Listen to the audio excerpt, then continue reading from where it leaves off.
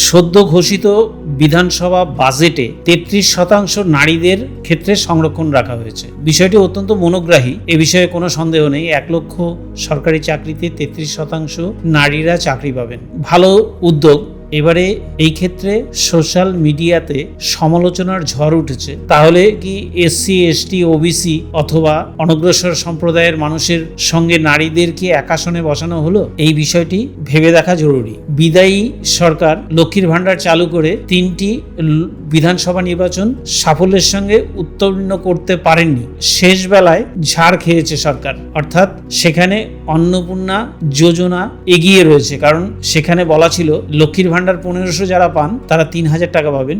যে মানুষ প্রতিদিন 100 টাকা করে পান সেই মানুষের সংসার চালানো অত্যন্ত গ্রহণযোগ্য। কারণ একজন মহিলা সব সময় সংসার চালানোর ক্ষেত্রে খুব কষ্ট করে সিস্টেমেটিক চালাতে পারেন। এই বিষয়টি প্রশংসনীয়। তবে মনে রাখতে হবে, বাসে বিনা ভাড়ায় মহিলারা চড়বেন। সেই ক্ষেত্রে যারা চাকরিজীবী মহিলারা রয়েছেন তারাও কিন্তু এই আওতায় চলে আসছেন, অথচ গরিব একজন দিনমজুর অথবা ক্ষুদ্র ব্যবসায়ী অথবা একদম খেটে খাওয়া মানুষ, সে পাশে দাঁড়িয়ে সিট না পেয়ে অথবা সিট পেয়ে তাকে বাসে উঠলে ভাড়া দিতে হবে এমন আইন অনুযায়ী তাকে ভাড়া দিয়ে চলতে হচ্ছে। সেক্ষেত্রে চাকরিজীবী এবং বেকার মহিলাদের শনাক্ত করা হোক। একটা সময় রেলমন্ত্রী লালু প্রসাদ যাদব ঘোষণা করেছিলেন যে সমস্ত মানুষের আয় 1500 টাকার নিচে তাদের বিনে ভাড়ায় চড়ার সুযোগ রয়েছে রেলগাড়িতে। সেই ক্ষেত্রে ক্রাইটেরিয়া ছিল যে কোনো এমএলএ, এমপি অথবা যে কোনো জনপ্রতিনিধি সেই শংসাপত্রে লিখে দিলে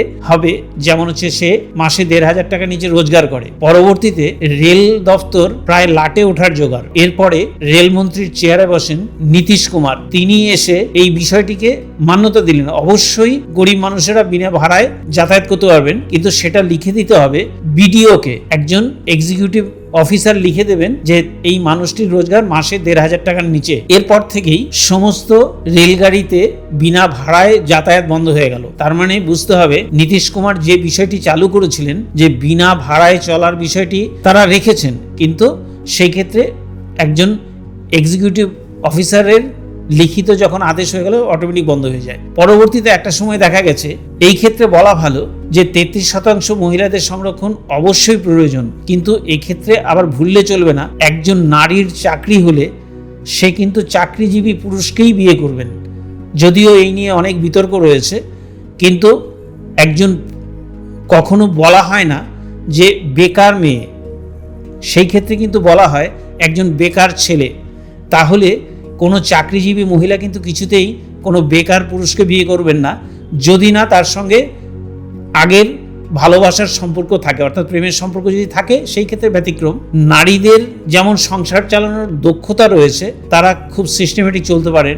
অন্নপূর্ণা যোজনা অথবা লক্ষ্মীর ভাণ্ডারের ক্ষেত্রে নারীরা কিন্তু সেই পয়সা দিয়ে বাচ্চাদের হাতে চকলেট কিনে দেওয়া অথবা বাড়ির সদস্যদের জন্য ওষুধ কিনে যাওয়ার কাজটি করে থাকেন। পৃথিবীর বিভিন্ন উন্নত দেশেও এমন সাহায্যের একাধিক নজির রয়েছে। সেই ক্ষেত্রে ভারতে মানুষ সরকারি সাহায্য পাবেন, তা কোনো দোষের নয়, কিন্তু মনে রাখতে হবে সরকারকে চালাতে গেলে তা যেন কোষাগারে টান না পড়ে।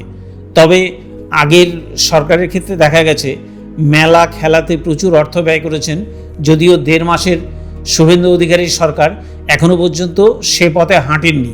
আমরা দেখেছি যে নারীদের ক্ষেত্রে 33% সংরক্ষণটা জরুরি, কিন্তু সেই সঙ্গে পুরুষরাও কিভাবে চাকরি পাবেন এই সংরক্ষণটা নিয়ে ইতিমধ্যেই বিভিন্ন সামাজিক মাধ্যমে সমালোচনার ঝড় বইছে। তাই আমি বলবো লালু প্রসাদ যাদব এবং নীতিশ কুমারের মতন পরবর্তীতে শুভেন্দু অধিকারীও নিশ্চয়ই ভাববেন যে কি করে চাকরিজীবী নারীদের ক্ষেত্রে ভাড়া নেওয়ার ব্যবস্থা থাকে, সেই তুলনায় যারা গৃহবধূ রয়েছেন অথবা ছাত্রী রয়েছেন তাদের ক্ষেত্রেও যেন পৃথকীকরণ করা হয়। অর্থাৎ ছাত্রীরা এবং গৃহবধূরা তারা যদি বিনা ভাড়াতে সরকারি বাসে চড়তে পারেন, সেই ক্ষেত্রে চাকরিজীবীদের ক্ষেত্রে কিন্তু কোনোভাবেই বিনা ভাড়ায় চড়তে দেওয়া যাবে না। সেই বিষয়টির জন্য সরকারের বিভিন্ন বিশেষজ্ঞরা রয়েছেন, তারা কিভাবে এটা পৃথকীকরণ করবেন সেই বিষয়টি তাদের জন্য তুলে রাখা থাকুক। নারীরা পাহাড়ে চড়ছে, ফুটবলে লাথি মারছে, মহাকাশে যাচ্ছে, ঠিক তেমনি নারীরা কিন্তু পুরুষদের সঙ্গে সমানভাবে লড়াই করছে, লড়াইয়ের ময়দানে অবতীর্ণ। নারীরা কোনো অংশেই পিছিয়ে নেই। আমাদের দেশের রাষ্ট্রপতি নারী, আমাদের বিদায়ী মুখ্যমন্ত্রী যিনি ছিলেন তিনিও নারী। এই আমরা দেখেছি মহাভারত এবং রামায়ণে যে যুদ্ধ হয়েছে সেই দুটো যুদ্ধতেই নারী শক্তির ছিল এর নেপথ্যে, কিন্তু যুদ্ধক্ষেত্রে কিন্তু কখনোই নারী শক্তিকে কাজে লাগানো হয়নি। এই ক্ষেত্রে কি প্রশ্ন উঠবে না যে নারীদের কেন 33% এম্পাওয়ারমেন্ট, অর্থাৎ তাদেরকে কাজে লাগানো হচ্ছে 33% সংরক্ষণ দিয়ে? এই সংরক্ষণের বিষয়ে আরো ভাবনা চিন্তার অবকাশ রয়েছে। সরকারি সিদ্ধান্ত সকলে মেনে চলুন, তবে সমালোচনা যেমন উঠেছে তেমনি তার আলোচনাও রাস্তাও খোলা। যেমন হচ্ছে আমরা দেখেছি প্রতিবেশী রাষ্ট্র বাংলাদেশে এই সংরক্ষণ বিরোধী আইন নিয়েই কিন্তু একটা সরকারকে বিদায় নিতে হয়। আমরা চাই নতুন সরকার যেভাবে এসেছে, সংরক্ষণ বিষয়টি অত্যন্ত স্পর্শকাতর বিষয়। নারীরা সংরক্ষণ পান, নারীরা সমাজে এগিয়ে চলুন।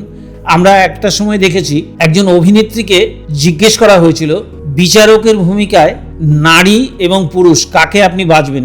সেই অভিনেত্রী ঝটতি জবাব দিয়েছিলেন পুরুষকেই অগ্রাধিকার দেওয়া হবে, কারণ নারীরা আবেগপ্রবণ, পুরুষেরা নয়। যদিও আমাদের বিচার ব্যবস্থায় প্রচুর নারী রয়েছেন যারা উল্লেখযোগ্য মামলাগুলি যথাযথ বিচার ব্যবস্থা, আমাদের দেশের বিচার ব্যবস্থায় অনেক বিচারক রয়েছেন বা বিচারপতি রয়েছেন যারা উল্লেখযোগ্য অবদান রেখেছেন রায়দানের ক্ষেত্রে। তবে নারীদের অগ্রগতি দুর্বার গতিতে এগিয়ে চলুক। তবে সংরক্ষণের বিষয় নিয়ে যেহেতু সমালোচনার ঝড় উঠেছে, তাই সরকারকে এ বিষয়ে আরও যত্নবান হতে হবে এবং আরও দায়িত্ববান হলে তবেই নারী শক্তির জয় যেমন হবে, ঠিক তেমনি পুরুষেরাও যেন পিছিয়ে না পড়ে সেই বিষয়টিকেও ভাবতে হবে। নমস্কার।